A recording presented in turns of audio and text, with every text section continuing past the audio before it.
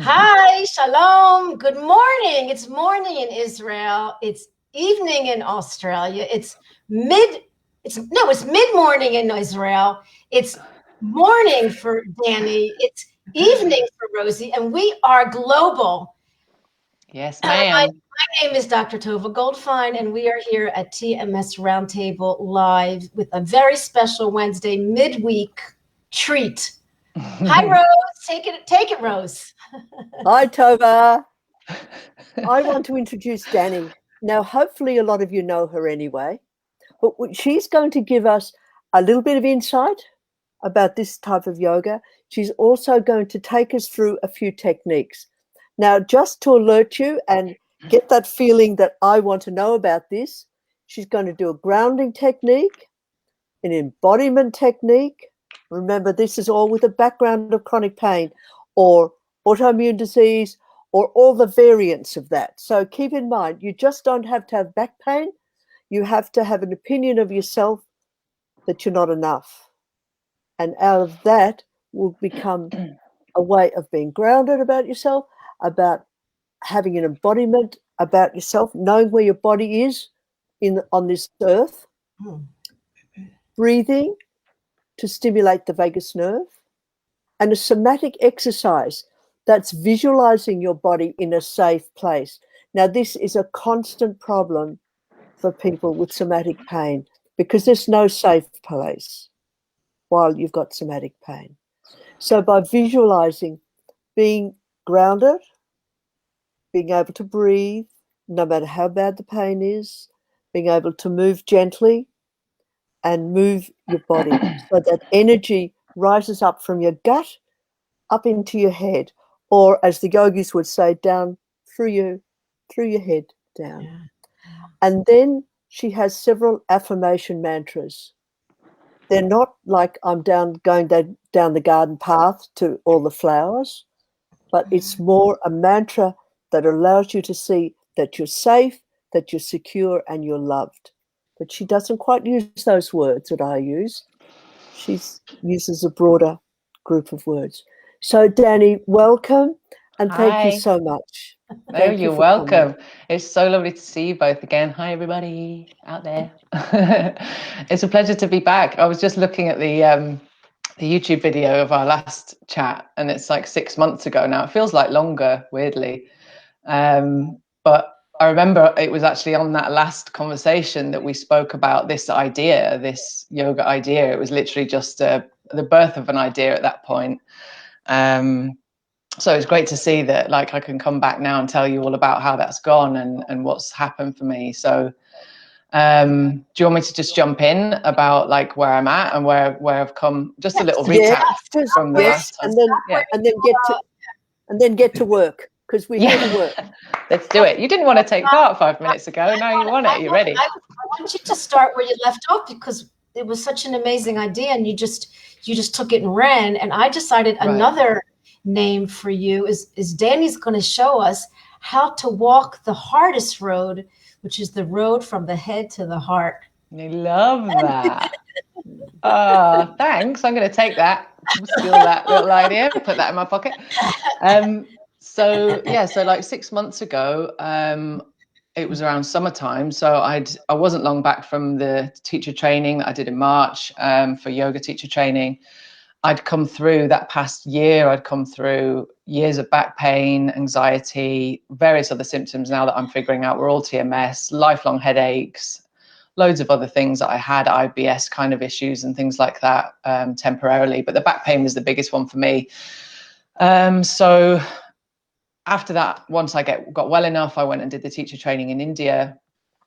Just for a personal experience, really. I never really thought that it would turn into a thing, like a career or whatever. And then I remember discussing with you on the last interview, like, I wasn't sure still what my role was within the TMS community, because I built this website with all the kind of resources that I'd used to recover myself, and a bit of a story of my recovery journey, the steps that I took and stuff like that.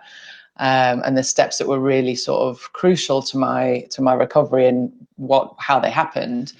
And then almost like in conversation with you guys, I was talking about that I wanted to do something with the yoga, and then I wanted to define my role, and it was like so obvious. It was like, why am I not already doing this? But I guess everything comes at the right time.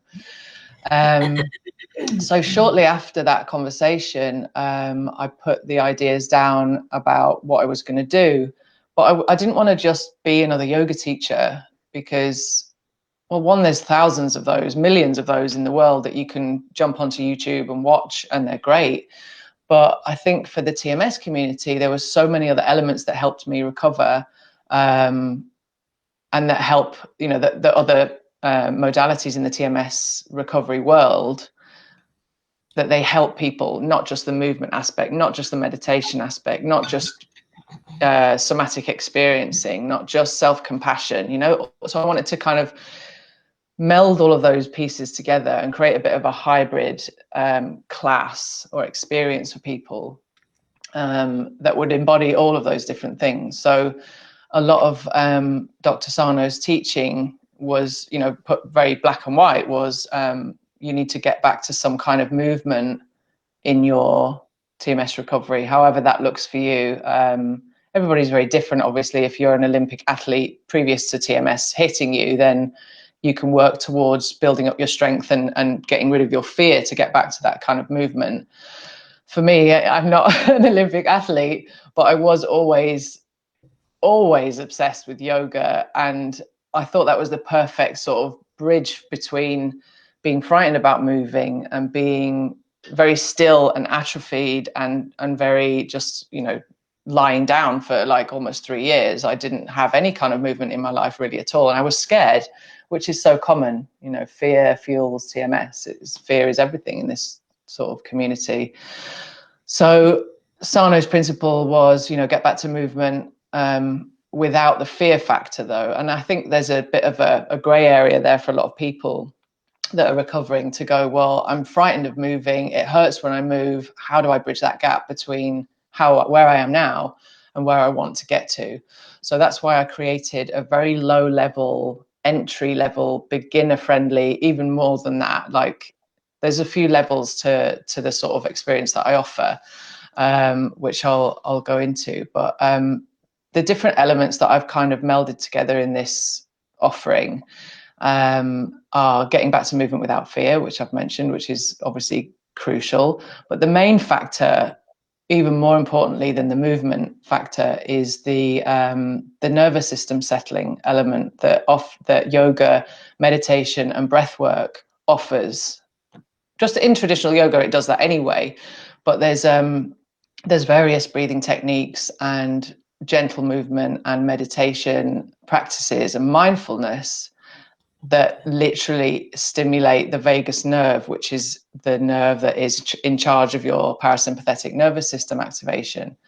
So, and there's I've learned this the other day, which is a massively mind-blowing thing, that 80% of the signals that happen in the vagus nerve come from the body to the brain, not the other way around. So whatever your body is doing, whatever your breath is doing, whatever practice you're doing, is going to be more influential to your parasympathetic nervous system than stuff that's going on in your head, like thinking positively or affirming or even whatever, something mental, you know. So that was pretty mind-blowing to me, and it just further kind of confirms that why this work is so effective. So settling the nervous system is like number one. I probably should have put this list in the other way around, but we also do practices and movement that is trauma releasing as well. So there's a certain element of some courses that I've done that are trauma informed. So you can do, there's an exercise that we do with our legs, kind of the knees are wide, the feet are together. So the legs they start shaking. That's right. Yeah. So you bring your knees together from an open position, butterfly position, and they get to a point where they start to shake. I mean, it doesn't happen for everybody straight away, but your body starts to shake, and it's the psoas muscle, the muscle of the soul. I can't remember whether we went through this on the last episode, but I'll touch on that as well, because this is killer.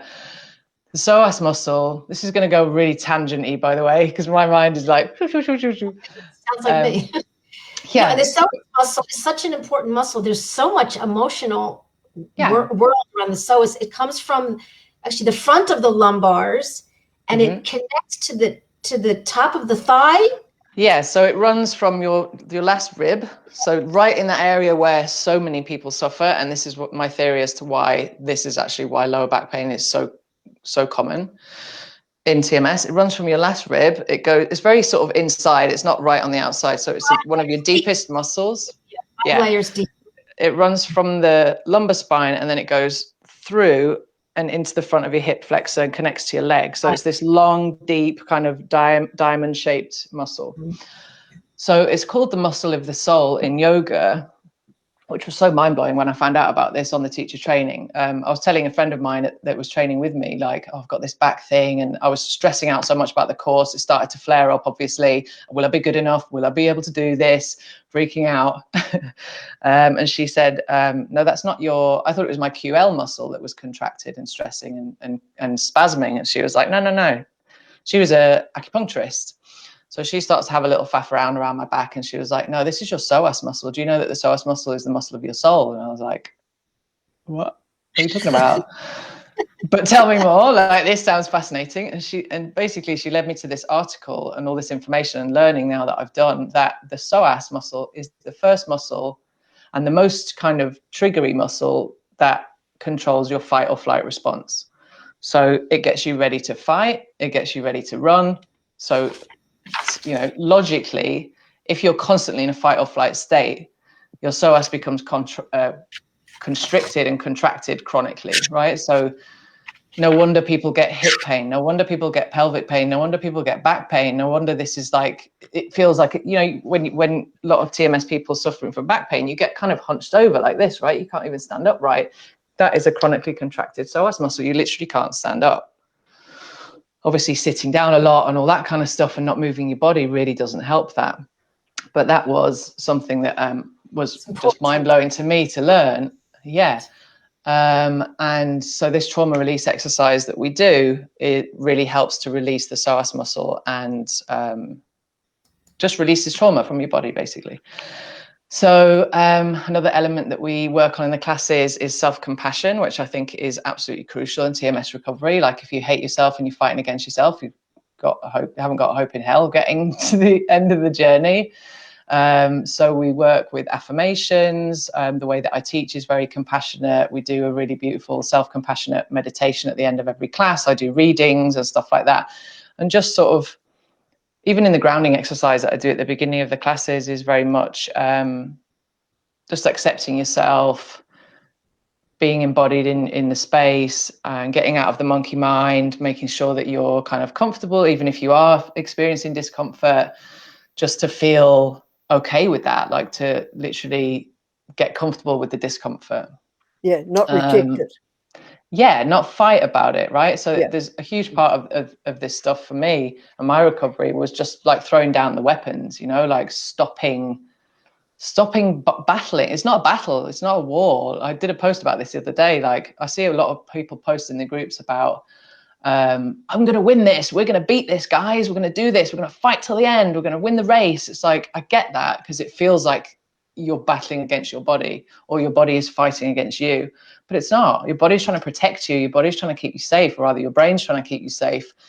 But because the physical element of TMS, the symptoms are physical, it feels like your body is going against you, but it's completely the opposite. So that's part of the teaching that I bring in as well, to sort of flip the switch on turning fear into love, basically, which is really hard, but with consistent practice it becomes easier. And then we we make it fun as well, like having a positive experience and feeling positive sensations in your body, whether that's just listening to the sound of your breath, whether it's just noticing how the clothes feel on your skin, how the ground feels. We do blankets, pillows, comfort, safety. It's really a beautiful experience. What else? Grounding and mindfulness. We do practices that make you aware of the space around you, what you can hear in the space, what you can feel, what you can smell, what you can see. We do eye gazing techniques, horizon gazing, which is real safety signals to the brain, stuff like that. So it's a bit of a mixture. What else? Meditation, obviously, at the end of, well, the whole experience of the class is meditative movement and breath work.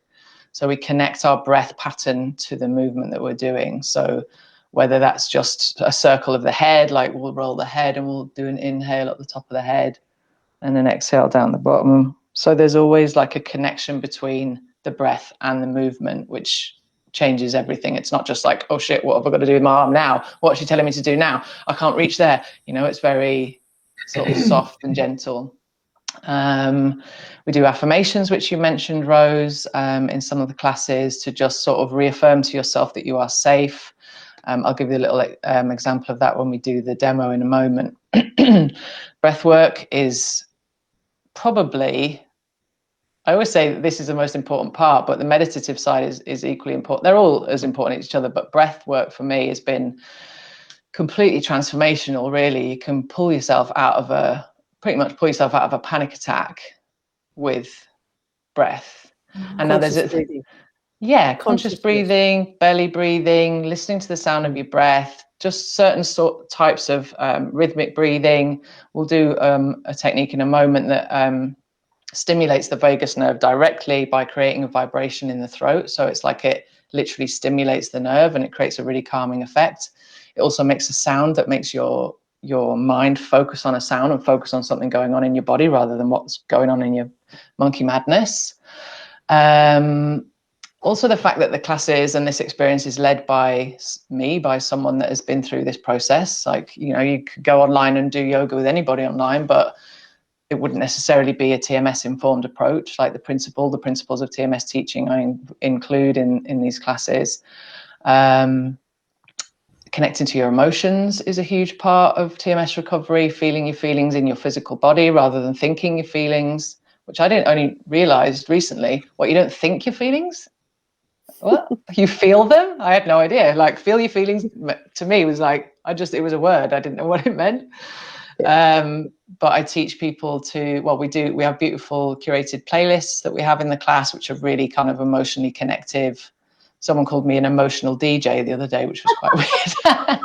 So there's like, it's cool. So I create playlists that I share, that we play in the class, and then I share later with people as well, that you can subscribe to them. They're free on Spotify.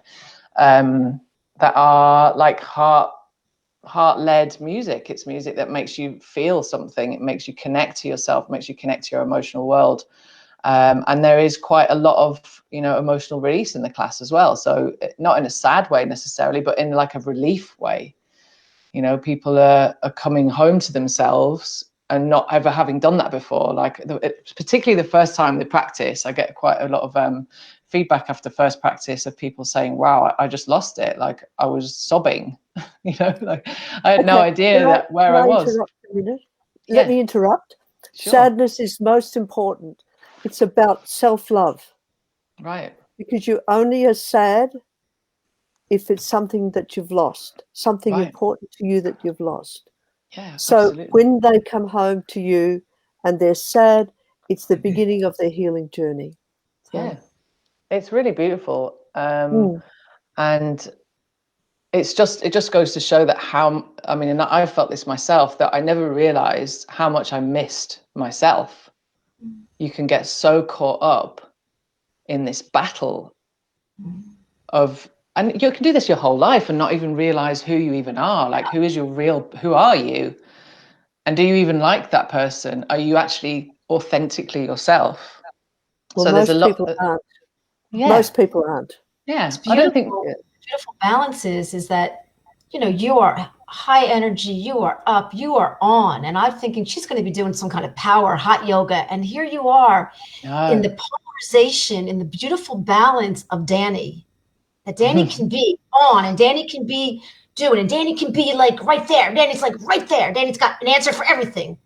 Like this precious little child who wants to just breathe and not say a word and be. So the perfect balance has brought you to a place of homeostasis and harmony in your physical, emotional, psychological body. And it is a beautiful thing to see.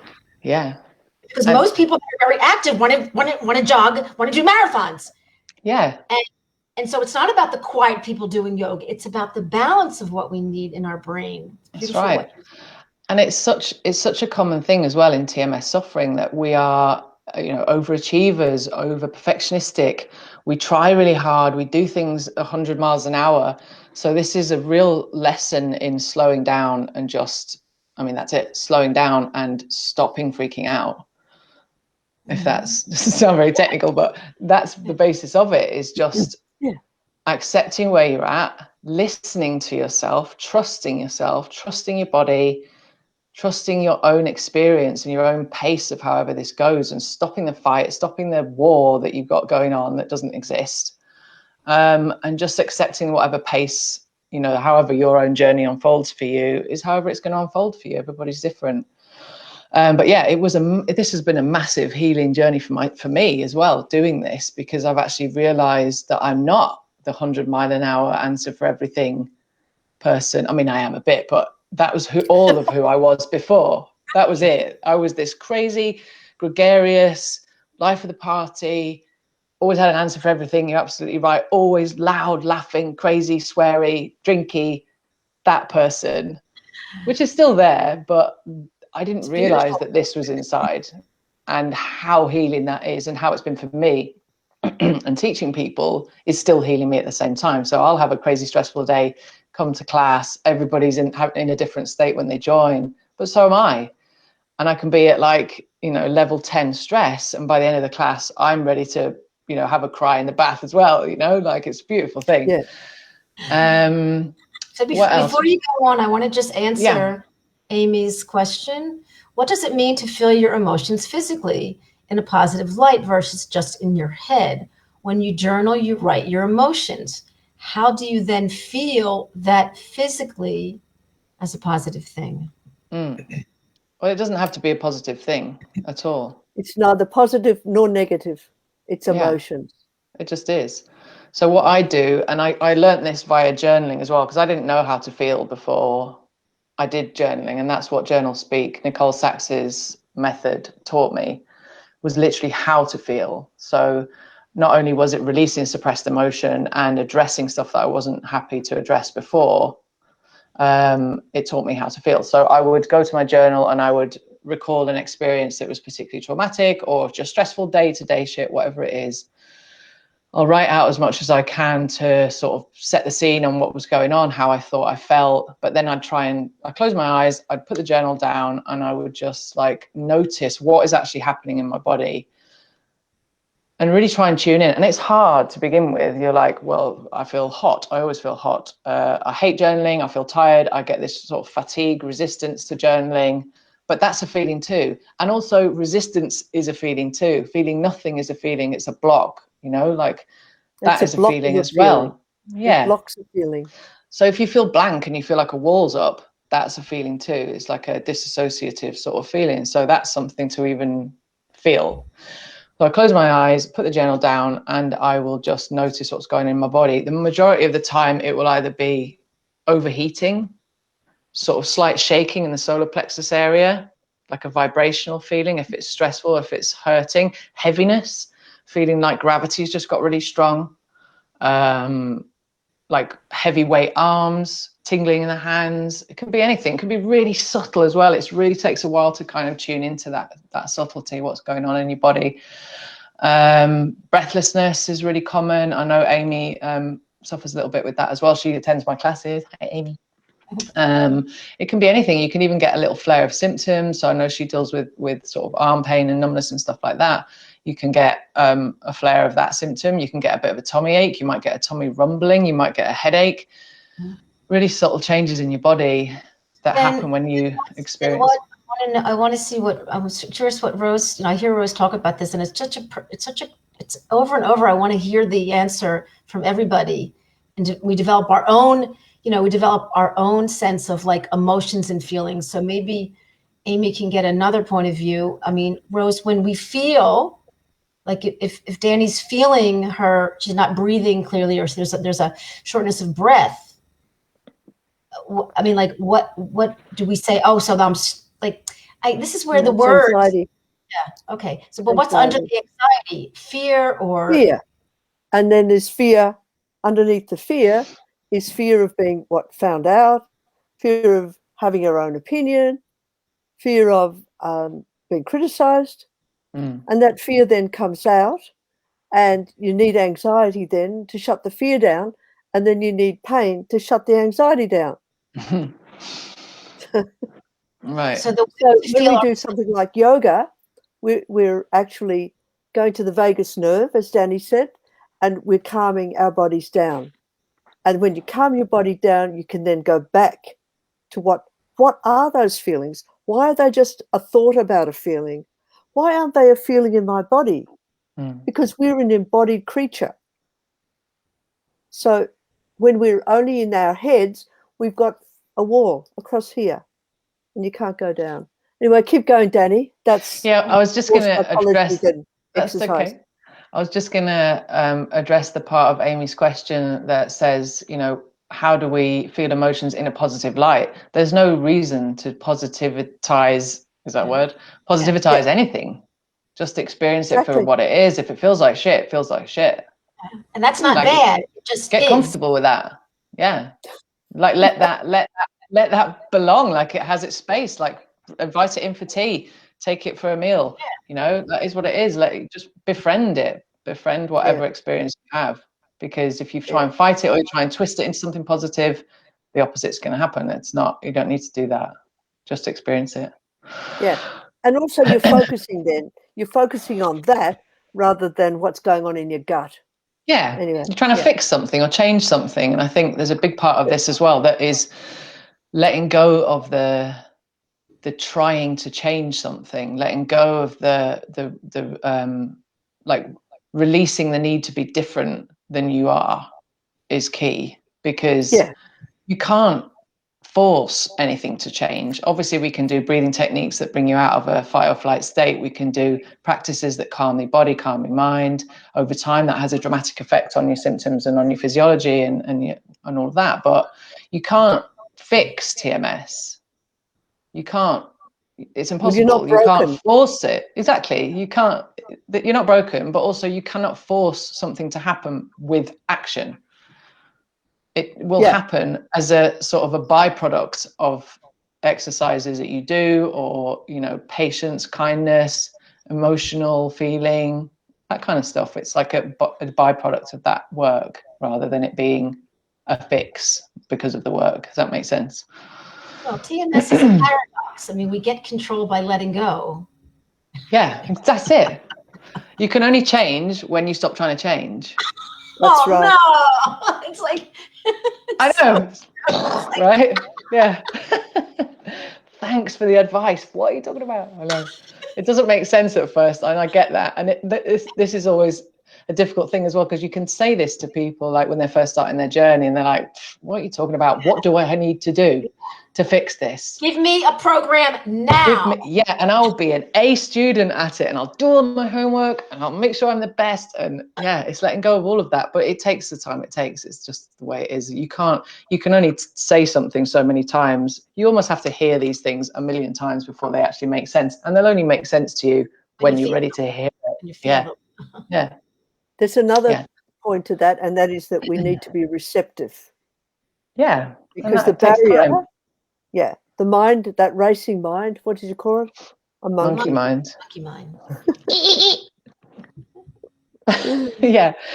A couple of bits then, just to finish the sort of benefits to this work and what the hybrid version of this work is to me. We build obviously. I like that word. Yeah. Why do you call it that?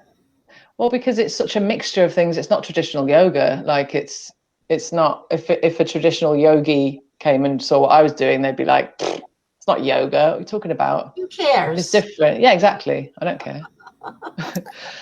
But we do build strength and resilience in the body as well over time, especially if your body that is not used to any sort of movement at all. We do really gentle movement, self-soothing practices, real care, safety, attention to the body and the mind, and just encourage rest as well. Like some people fall asleep in the end of the meditation, which is like a no in the yoga world as well. You must stay awake, you must be mindful, you must be aware and all this. I get that, it's great, which you do, but if you can surrender, that's the ultimate surrender. Falling asleep, my god, crying and falling asleep, Yes. Good. I agree. Yeah, it's the like, if you feel comfortable enough in a situation where you can fall asleep, then your body is at complete rest. Your nervous system you're done, you're sorted. So that's the kind of main 17 points to how this goes. But we do a mixture of all of these things in each class, and it's never the same. We mix up.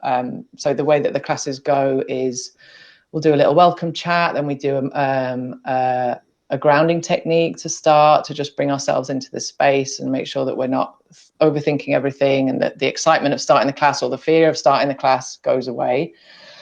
And then we do a breathing technique, various different ones, traditional yogic pranayama, or a hybrid version again that I've kind of woven in different breathing techniques from other practices.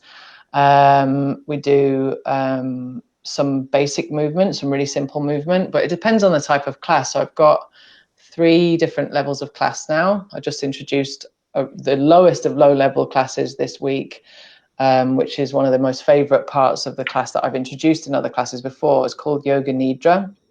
So it's basically yogic sleep. So it's a little bit of movement, but all floor-based with loads of pillows and blankets, nice candle on. The music's really nice, soft and sweet, sort of like lullaby-ish music. And it's basically a really long visualization meditation. So it's we do like body scans, we do visualizing inner space or floating in space or whatever it is, the kind of guided experience that I do for that. And that is about a 40-minute meditation. And you can fall asleep in that, or you might not fall asleep in that, but it's one of the most comforting and safety kind of grounding variations of the class that I do. So that I call that level 0, because that is entry level. Pretty much anyone can do that. If you can get on the ground or you can lie in a bed, you can do it wherever you want. Grab your pillows and blankies and all that kind of stuff. And that is literally just like a long guided meditation with a little bit of movement, just some kind of like head rolls and arm stretches and stuff like that. And then there's level 1, which is the most, at the moment, the most popular, which I do 2 times a week, which is called Reset and Restore, which is, again, floor-based. So you don't need to even be able to stand up or balance or have any kind of stability. So again, that's really approachable for a lot of people. We do the same sort of format for every class, but it's just each level is a little bit either less movement or more movement. But the format is kind of the same. But it's, again, level 1 is all on the floor. We do some stuff seated, some stuff that you can do in a chair or sat on the floor, whatever you want. And we'll do a little bit of lying down stuff, a bit of stretching, a little bit of all fours, but it doesn't go any further than that. And then a long meditation again at the end. Meditation is usually about 15 minutes at least, something like that. And then at the end of the classes as well, I offer I call it the closing circle, but it's just like a little Q&A session where we chat as a group. And the community is so beautiful as well that's growing from this. And I think that's a massive part of this as well. I should mention that, there's a part of human behavior that's as common as fight or flight is, called tend and befriend, which I only learned about a few months ago. And it's a behavior that's exhibited by many animals in a response to threat or stress. So you reach out to other people that you connect with, like-minded people, and it's more common in women, which kind of makes sense, sort of anthropologically, that we are the caregivers, that we reach out to each other for help and safety. But it's something that humans do and other animals do to feel safe. So the community element to this is really beautiful as well, because everybody gets to have a little chat afterward. There's connecting people in the community together that weren't necessarily seeing each other face to face before. So the Facebook groups and all of the communities and forums online for TMS are brilliant. Like, they're just the best community ever. But I think there's a really special element in seeing people face to face and connecting with people that are on the same path as you. And, I've got a private Facebook group for this yoga community as well. And it's always active. There's always something going on, people sharing their experiences and stuff. And it's just a beautiful thing. I think that is really important to this whole practice as well. I've gone on a big tangent again. Okay. Okay, so let's get grounded. You want to do it? Yep. Come on then. Okay, so We'll do like a little 5-10 minute thing if you want to have a little go. Hi, Fabienne. That's lovely. Okay, so just find whatever comfortable seating position you want. Have a little shuffle around, make sure you're comfy. Okay. And just rest your hands on your knees Now, or in your lap. I hope everyone out there is Join doing in. this, not just watching, but joining in, so that we get the most out of it. Because remember, when we do these activities, it sets up a pathway in the brain, so it becomes easier each time you do it. So just be aware of that. Yeah. That's right. Yeah. So rest your hands on let's do hands on belly. So lower belly, and just close your eyes and drop your chin to your chest. So you want to let the weight of your head just fall away from your neck. Rest your shoulders, relax the rest of your body. And just see if you can tune into the sound of your breath.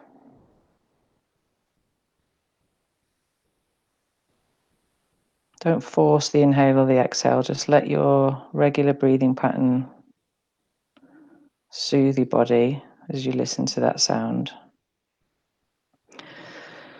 And with your hands on your lower belly, see if you can guide your breath into your hands. So your inhale inflates your tummy like a little balloon into your hands. And exhale, soften your belly back towards your spine. Breathing through your nose.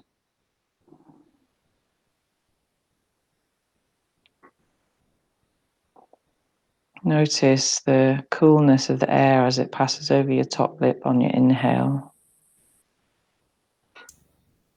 Notice the cool air entering your nose and throat, going into your lungs. And notice the warmth of the air as it comes back out of your throat, out of your nose.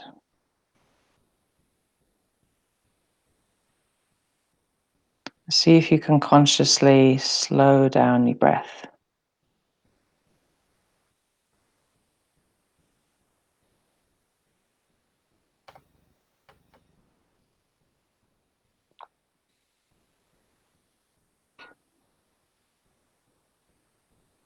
Keep focusing on that sound. Notice how your clothes feel against your skin.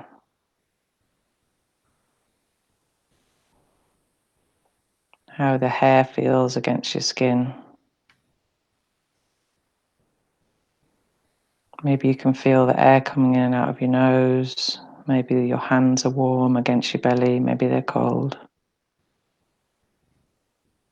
Have a little scan around your body and notice any discomfort or tension you're holding on to. And use your breath as a bridge to your body.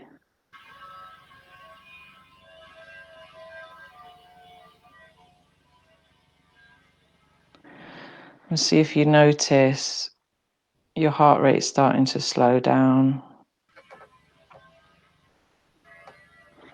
You might notice gravity getting a little heavier against your body. You might start to feel like you're sinking. Try to let go of the clenching in your neck and let the weight of your head just fall away.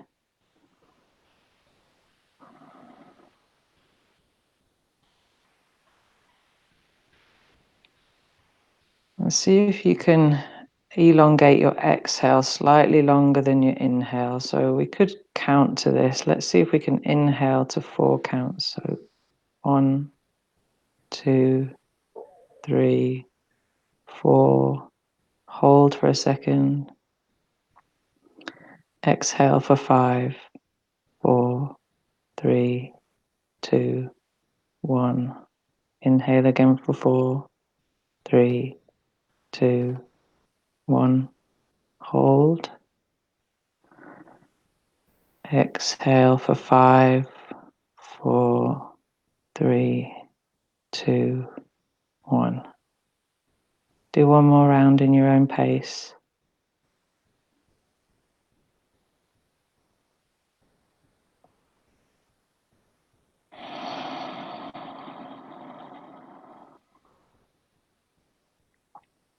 And let your breathing return to normal. Flutter your eyes open and see how you feel. How are you feeling? Lovely. Calm? It's amazing because, the neck muscles, they're working all the time. They're always holding, the head up and attached to your chicken wings, your shoulder blades. Right. Just the release of that, just to stop dealing with gravity, which is in itself a feeling in my head, like started to feel like very heavy. And then I thought, why am I feeling very heavy? I feel like I want to change my position, but I think I needed to just be okay with like I think I wanted to go on the floor and relax. Yeah, exactly. It kind of makes you feel like you're slumping, right? But it really helps to just make your body feel like it's sinking. It's kind of more difficult to do when you set up, and regular meditation and stuff will make you sit upright and all of that. But I think it just adds a little bit of extra sort of slump. Yeah. So that's just like a really simple. That's a modification of that one where you drop your hands right down into your legs. Mm-hmm. So by sitting, you're actually just using the upper portion of your body where the tension in your lung area is.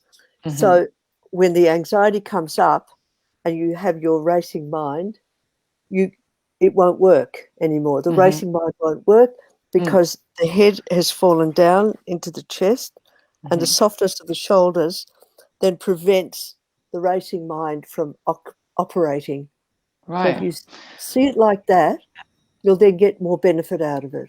You can do this lying down as well. Like some classes, we don't even sit up at the beginning. We'll do it all lying down. And I find that the breath work is actually a lot easier when you're lying down as well, because your diaphragm's not involved in holding you up. And the diaphragm's actually one of the other main muscles that is connected to the fight or flight response, like with the psoas is.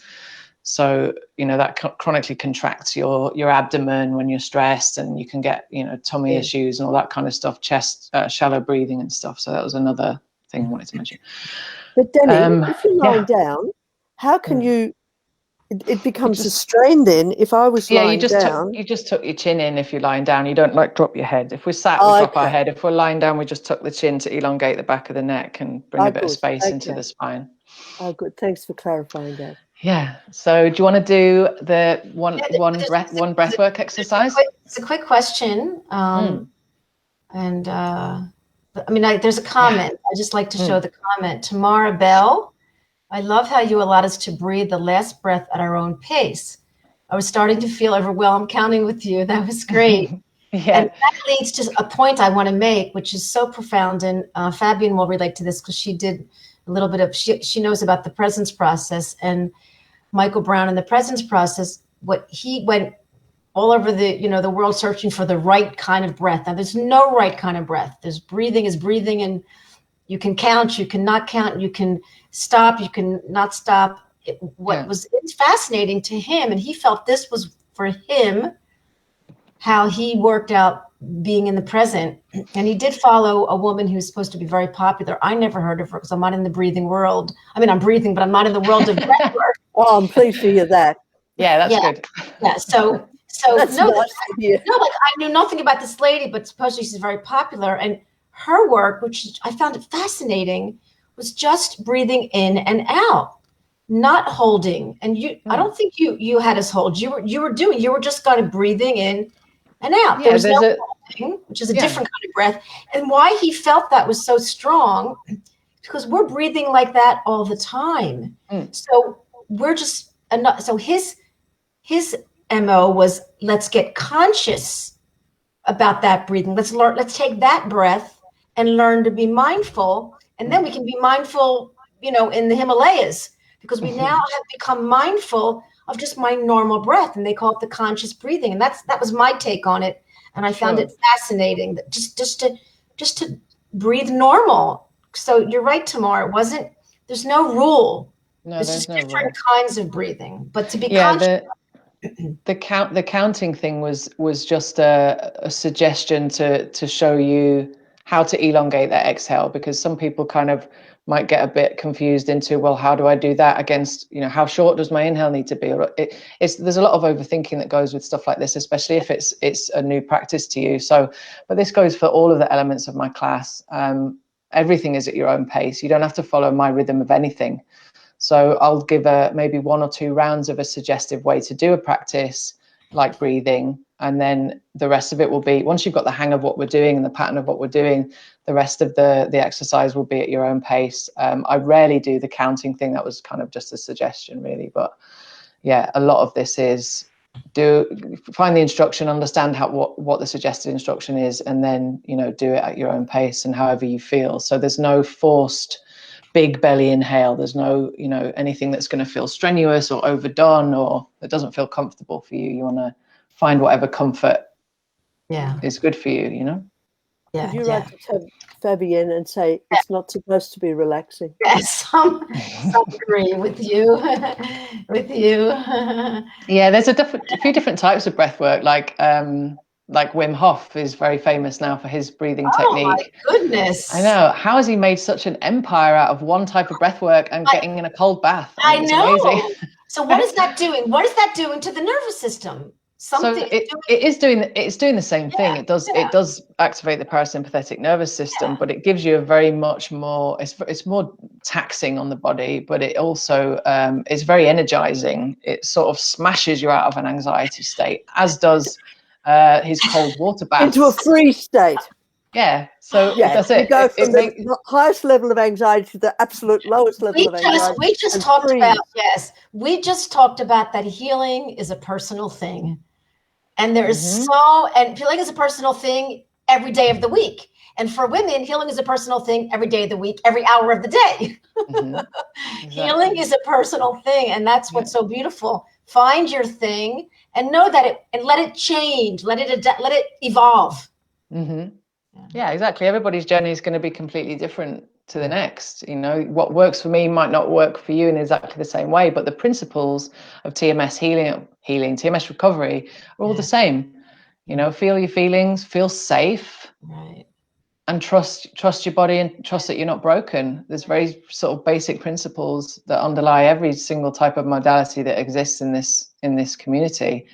So the breath work that we do is very much more calming, stimulating of the parasympathetic, and just connecting out of your mind into your body. So we don't do any of the Kundalini style stuff. I mean, maybe at some point I'll do level 5 and it'll be all that crazy sweaty stuff that you talked about before. The nose and this nostril and that nostril and then this ear. I mean, I find that distracting a bit.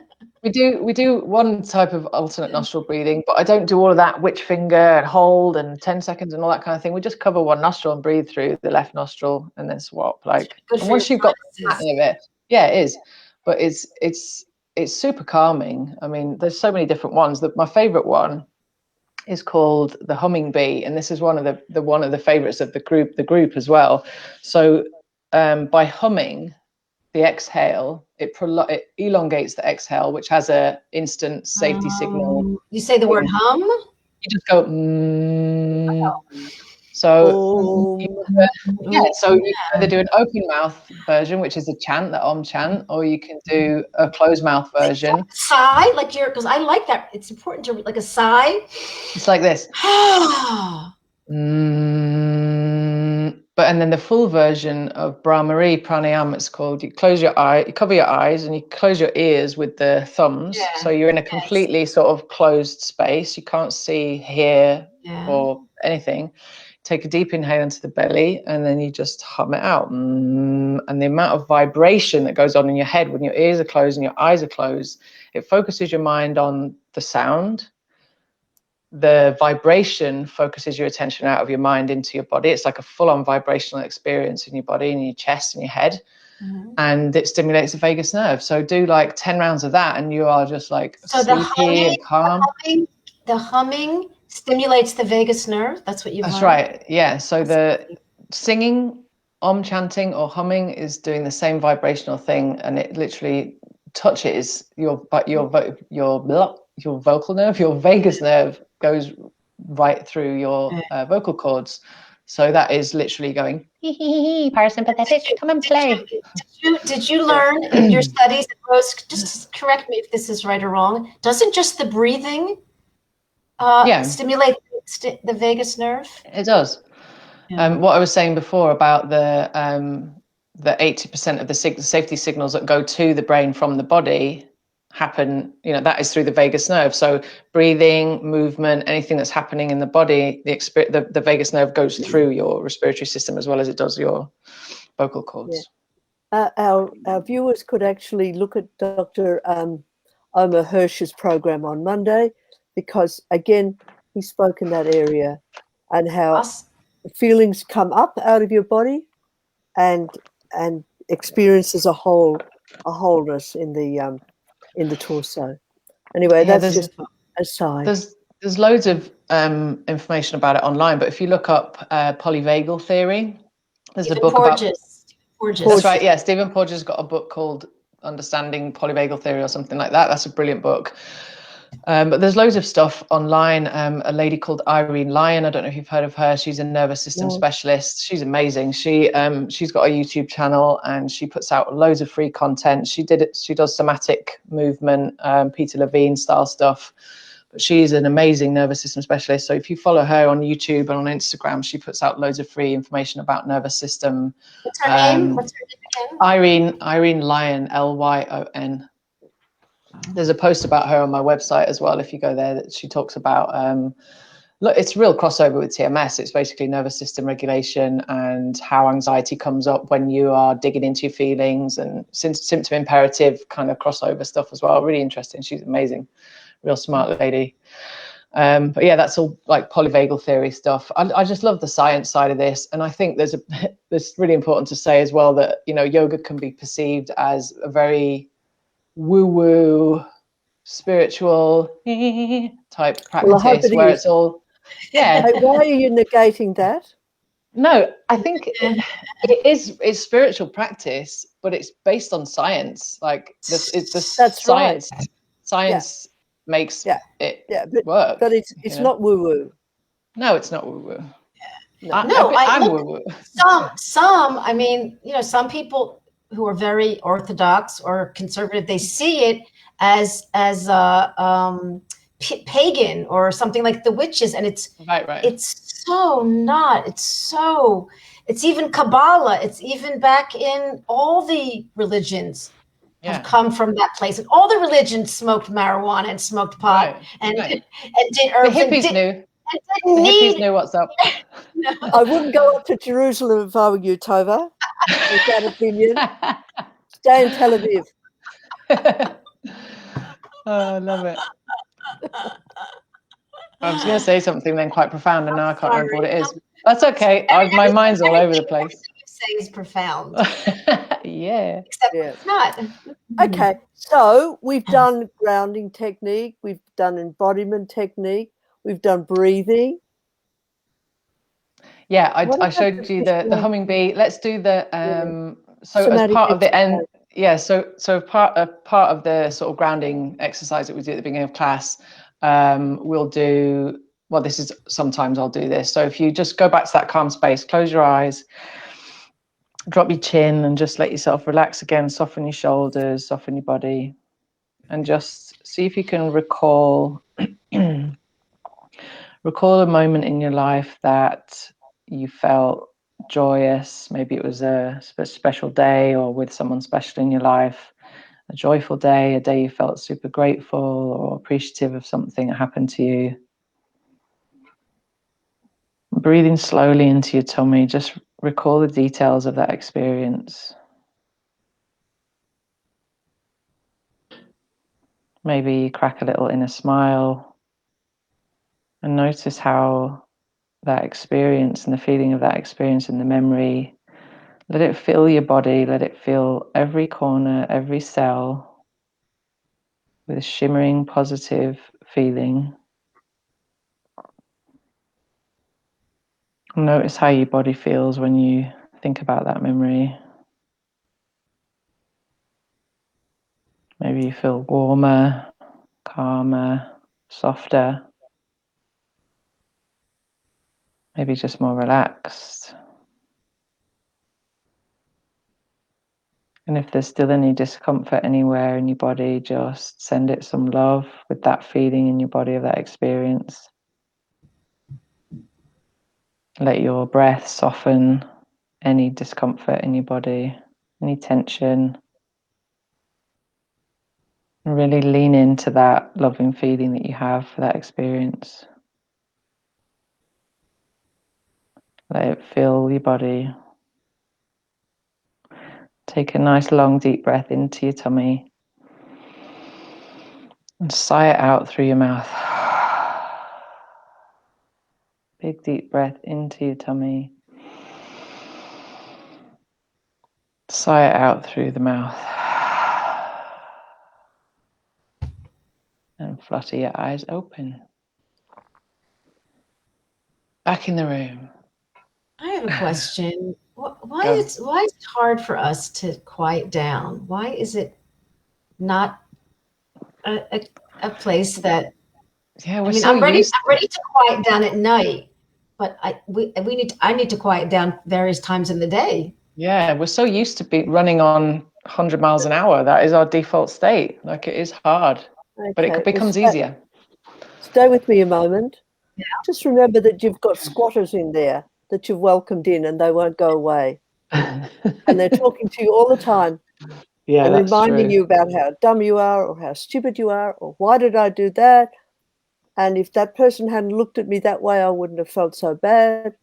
Yeah. So just think of them as squatters. And you've welcomed them in, and you've given them tea and cake. Yes. And they're not going to go because they love you and you love them. So, yeah. But it is a muscle. You're right. But it's a muscle that you have to work, and and the body can learn a new skill, a new habit, a new thought process anytime. And this is where self-healing is at your feet. This is not something you're going to get from your medical doctor. Don't expect it. You're not going to get it from anybody. Right. And it's you got to get it from us. Right. But we can guide you, but it's all in you. And this is the messenger. I mean, what I also love about Michael Brown is like he just places a name. If you have pain, anxiety, something's hurting, it's a messenger. And then there's a message. And then the next thing could be the breath. Like, breathe into the message. Like, it's, if you want to be cerebral about it, go ahead. And then it's like a beautiful balance. I'm not telling anyone to not be in your brain. You can be a monkey, but go ahead and be a goldfish. So it's about balance. And that's also about yoga, the beautiful work of the balance of the body. So maybe you can take a few minutes and show us some kind of, I think because of what we're doing with the world we call it inflection. We're always forward. We're always, everything is, even if I want to hug you, which I hope someday I can, it's this motion. And now even more so sitting and on our phone, on our computer. So what would you do for extension? There's a simple seated thing that you can do. If you've done yoga before, which I know you have, Tova, there's a cat-cow movement you can do on all fours that kind of bends and flexes your spine. You can do that seated as well if you're not particularly mobile. So just clasp your hands behind your back. I'll move away a bit so you can kind of see what I'm doing. Clasp your hands behind your back and just pull your shoulder blades together and your arms back and down a little. Lift your chest. Try and straighten your arms if you can, but no worries if you can't. And just lift your chest, lift your gaze. Inhale. So this is the camel. The cow. The cow. Yeah. So you inhale with the open chest. And then on the exhale, soften. So soften your shoulders, soften your head, tuck your chin, tuck your pelvis under, and just keeping your hands clasped, just let your arms relax. This is the cat. This is a cat. This is where you exhale, tuck in the pelvis, round the spine. You arch your back. Yeah. Your back. And then you bring the movement back again. So inhale, sit up, lift the chest, pull the arms back and down, opening the shoulders. It's like a camel. It's like you got like a. Yeah, so it's like this. Yeah, we call it the camel. So now you're what's this called? It's called a concavity. Concave and convex, yeah. Okay, let's do it, guys. Feels so good. You're going to do it? See, now you're really into it. You didn't even want to do it before, Rose. Love it. So pulling your shoulder blades together, open chest, lift your chin, pull your hands back and down, breathe in. Close your eyes if you can. Close your eyes, just connect to your breath. And then slowly exhale around your spine, drop your head, tuck your pelvis my under. low back also. Yeah, it's lovely, isn't it? Especially this one where you're tucking everything under. You tuck your pelvis in. So you're rounding your spine into a C shape. Relax your arms. Heaven. Inhale, do it back again. And each time you do it, you might find a little bit more space in your chest and your shoulder blades. Squeeze the shoulder blades together. And just do a few rounds of that. Once you get the pace, you can close your eyes. Just do this at your own pace. And that's just, it works your arms, your shoulders, your chest, your spine, your neck, your head, everything. And just do as many rounds of that. We have not talked about endorphins. Yeah. This is no secret serotonin. anymore. Yeah, for sure. I mean, any kind of movement is going to bring the happy chemicals into your body for sure. Movement is literally medicine, but I think it's what I want to try and communicate with this, especially with what I'm doing, is that movement isn't the most important part of this. It's not a workout. So yoga in the world, you know, the modern version of yoga is seen as a workout. It's seen as to go to the gym and do all these crazy shapes and headstands and upside down shit and all of that. But it's really not that. I mean, when yoga was first kind of created, it didn't even involve asana movement. It was just meditative breathing. That is the heart of yoga. It's not about twisting and bending and what pose you can do and how flexible you are and all that. That came much later. And what's beautiful, I mean, I had this up in my office, and I'll post it on the feed when I'm done. But you know, there's a cartoon with Charlie Brown saying it's like really hard to be depressed. You know, it's like your structure affects your function, and your function affects your emotions. Right. And it's all, this is the mind and body are intimately connected, and this is the work that Rose and I do. It's like, and we're all doing it. The body, and spoken by the first time I heard it by scientist. I'm blanking on her. Candace Pert. She was a scientist, and she was like almost up for a Nobel Prize, but because she was a woman, she didn't get it. But anyway, she said the first time I heard this was maybe 5 years ago, that the body is the subconscious. And that, like, if that is, you know, and I didn't hear that before. So the mind and the body are intimately connected, the conscious and the subconscious, and we're back around to the truth. I love that. To the truth. I heard something the other day that was quite funny, that takes a couple of breaths to actually realize what it means, but that the consciousness is your soul's annoying roommate. I love that. Say that again. The consciousness. Your consciousness is your soul's annoying roommate. Interesting. Right?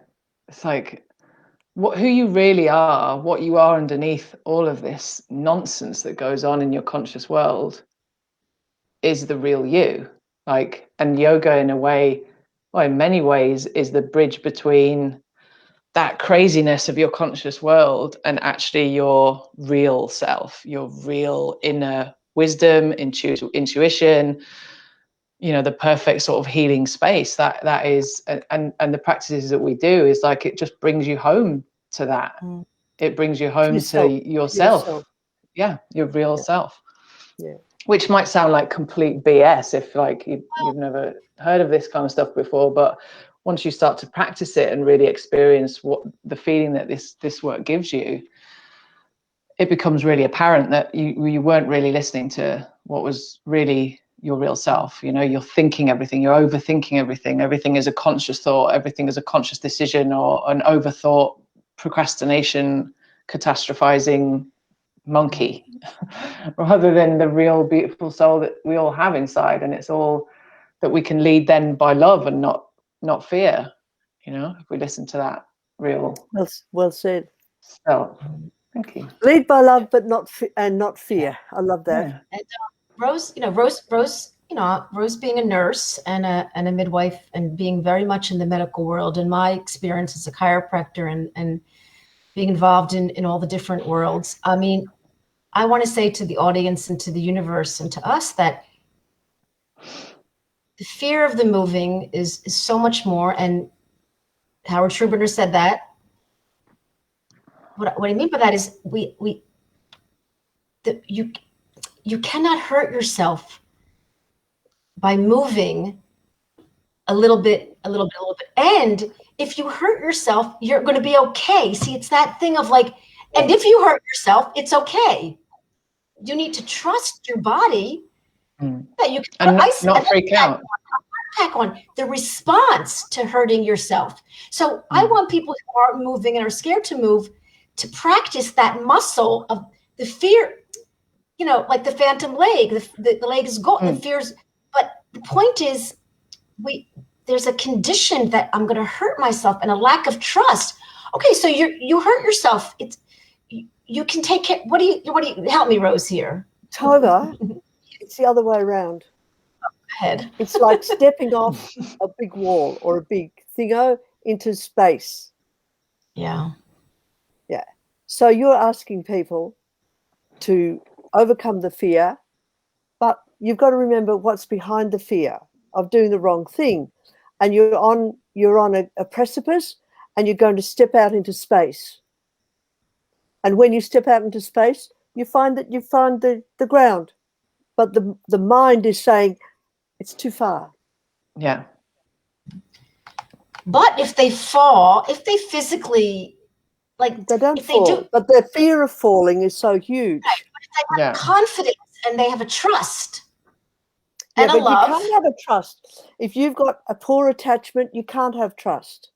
And that's why we spend the time repairing that attachment and creating that safety. And that's one of the things that Dani was talking about before. And hopefully we'll talk about that in our affirmations mantra, because that's what it's about, creating an inner trust that when I step off that ledge, I'm safe. Yeah. And and then we meet people like Stephanie, who's like, I'm going to do what I love. I love to box. And I'm going to do what I love because my love of myself helps me move. And then I see that I trust. That's another way. Are you with me, Rose? Yeah. So poor attachment of what? Poor attachment of what, says Jeff. I'll email her. Don't worry. I'll email her. Okay. And it's I know Susie, who's in UK. I'd love for Susie to connect with you, Dani. We've met Susie, and she's dear. She said, she's I think sometimes scrambling about for scientific proof is a defense mechanism to stop embodying our humanity. Well, that's true. You can always use things, to our advantage or to our disadvantage. Okay, I'd suggest, Susie, that you drop the I think and say sometimes scrabbling about scientific proof is where we should be going. Yeah, exactly. So the I think part, it's the truth. Yeah.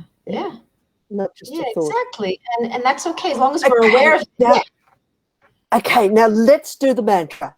Because that's the important part out of this. So because this is the important thing for people to remember, that they're enough and that they're safe within their body. Part of what this came from kind of a mixture of yoga mantra and the daily affirmations that Sano teaches. So I put together my own list of affirmations when I started to recover, of affirmations that resonated with me. So it's a really personal thing, an affirmation and a mantra, because if you're saying something to yourself that you don't really believe, it's not like I'm going to say it 100 times and one day I'll believe it. So you can find a mantra or an affirmation to say to yourself that makes sense for you right now. So it might just be something as simple as I'm not fearful, or whatever it is that resonates with you. So I'll give you an example of what I do. So when we do it in class, obviously we don't break up the pieces of what I'm showing you now into these weird chunks where there's breaks in between where we chat. Everything is in that first moment of calm and closed eyes kind of thing. So part of the grounding exercise, at the end of that, we'll probably do a mantra such as, I'll say this mantra once, and then you can say it back to yourself in your head, right? So I relax, I release, I let go. I relax, I release, I let go. So I will generally do that 3 times. And then, so whatever affirmation or mantra you choose for yourself, it's kind of nice to do in your meditation practice or whatever practice you do for yourself every day. Something that really resonates with you, that the more you repeat it, the more you believe it, the more you embody it. Another example would be, I'm not broken, I am healing, I am enough, which is one of the most kind of crucial points of how our personality traits can kind of deceive us in TMS, that we're not enough, we're not good enough, which is huge for, I think, pretty much everybody that suffers with this. That's probably resonating with them, that, you know, to be able to teach yourself and trust yourself that you are enough exactly how you are, and you have the power within your own body and in your own mind to recover from this. You can be guided by people like you can be guided by people like me. All the other teachers in this community can show you how to do this work, but the work is all kind of on you. You have all the innate power and ability to, and the word heal is kind of a controversial one in this community because you're not broken, but I think it's healing the emotional spirit and healing the connection to yourself, rather than you're not broken, but healing is a comforting word. Yeah. It's a broken-hearted feeling. Look, Can I just add to what Dani just said?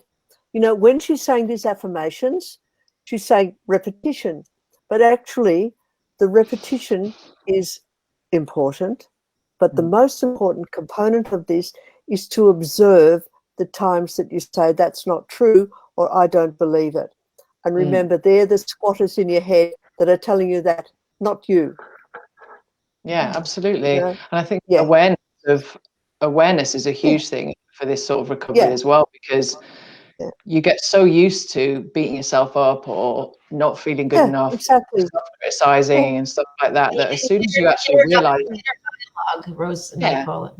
Yeah, exactly. As soon as you're listening or noticing that voice, you can start to answer that voice with your real innate voice. You can answer back. You can answer back. So even if it becomes like a conversation in your head that you have to do at first, like, no, I am okay, I am good at this, I will be enough. And even if it isn't perfect, that's okay, that's fine. Like, being imperfect is perfect. Nobody's perfect. Perfect is impossible. Perfect is boring and doesn't exist.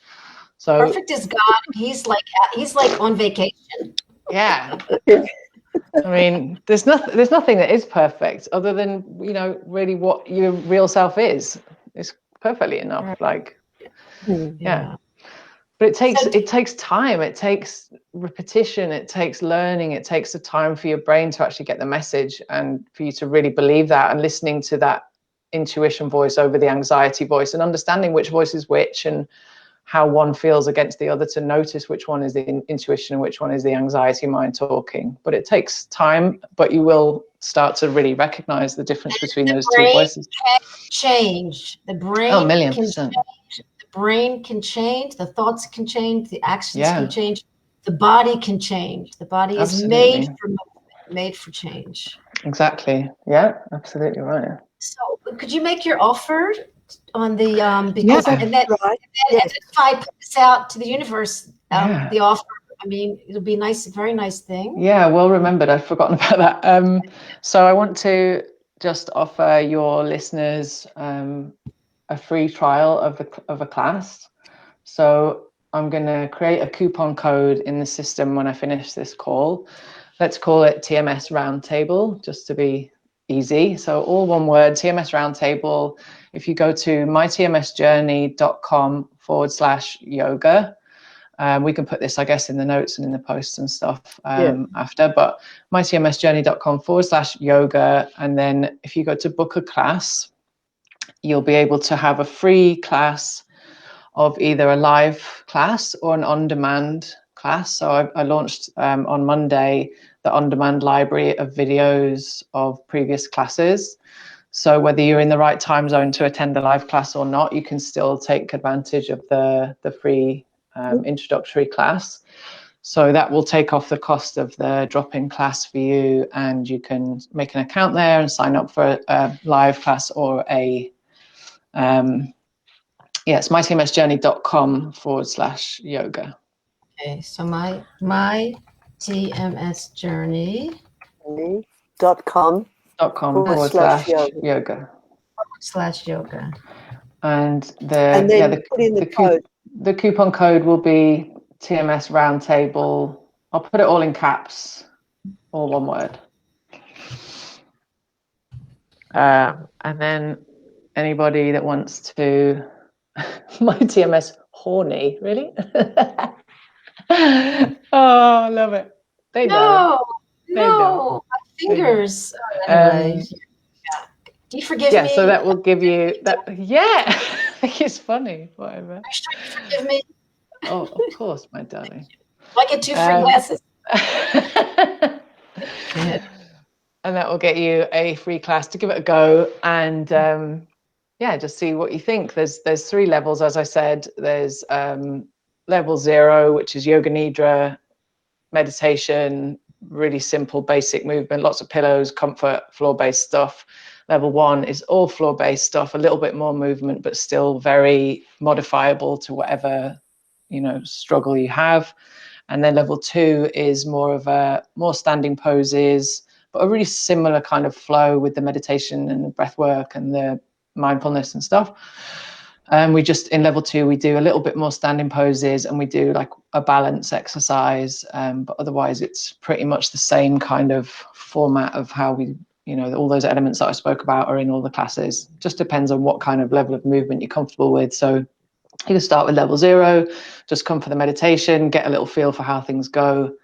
Just pick a class that suits you and try it out and see what you think. Okay.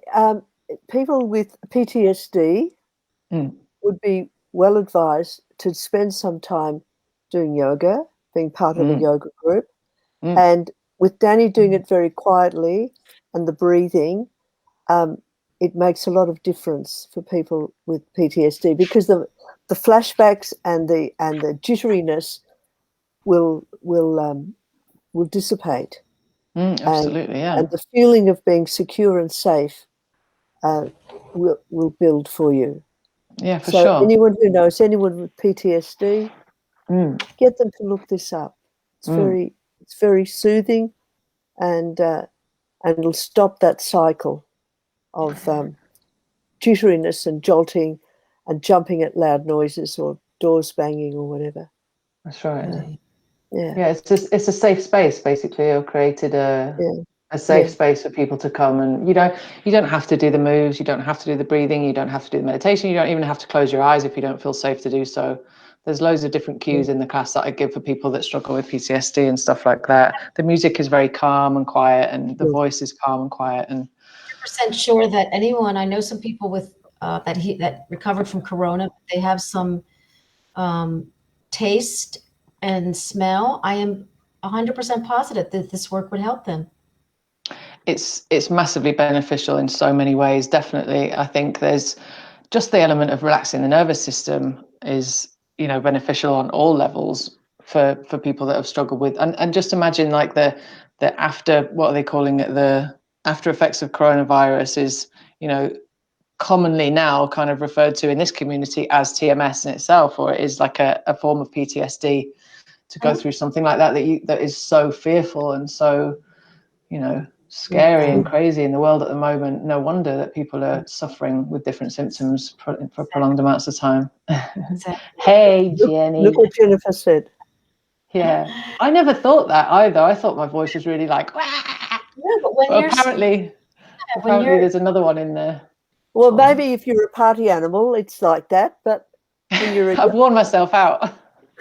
When you're a yoga instructor, well, the other part of you comes out. Yeah, there's another side. There's that soul side to the crazy side, I guess. Yeah. Beautiful balance. Well, listen, we're going to have you back again. That would be great. I love it. I love talking to you. To come back, and we're so excited. We're so happy to be here on a Wednesday, and I'm just happy that you're here. Happy this happened. It's a beautiful topic. It's very important information, right, Rose? Mm-hmm. Yes. Really important. So thank you, Dani. You're more than welcome. Been a lovely, lovely evening. Lovely. Oh, well, morning, daytime for you guys. Morning. 9 o'clock at night for us. Yeah. So have a great day. Have a great evening. Sleep well, and the help of God, we'll meet again. Yeah, nice to see you on guys. vacation, you said. Yeah, I have a direct connection to him all the time. We're always in touch. Oh, good. Oh, good. Bye, sweetheart. Take care. Good night. Bye, guys. Bye. Bye.